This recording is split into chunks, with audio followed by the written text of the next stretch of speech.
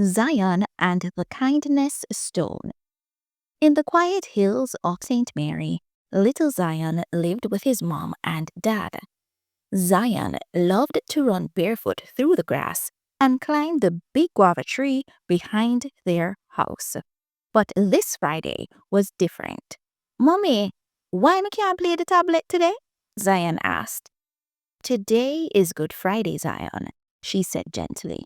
A day for peace, reflection, and showing love, just like Jesus did. Zion scratched him head. So me can't play, but me can show love? His father smiled. Exactly. Love, no matter how you show it, whether big or small, it still matter.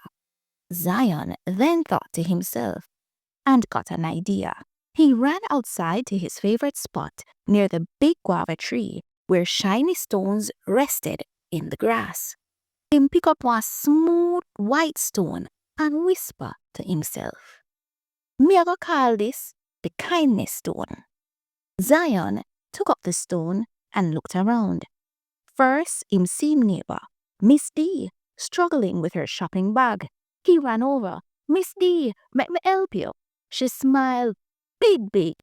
"Thank you, Zion. You're so kind." He then touched the stone in his pocket and smiled back.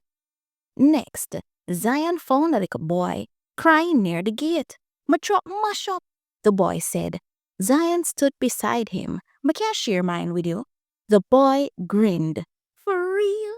"Yup," Zion said, handing over his red truck. Touching the stone again, Zion felt a warm joy fill his heart. When he got home, his mother and father were waiting on the veranda. "Zion, where you been?" his father asked. "Me go out for show love, just like you and mommy say." He took out the smooth white stone. "This is my kindness stone.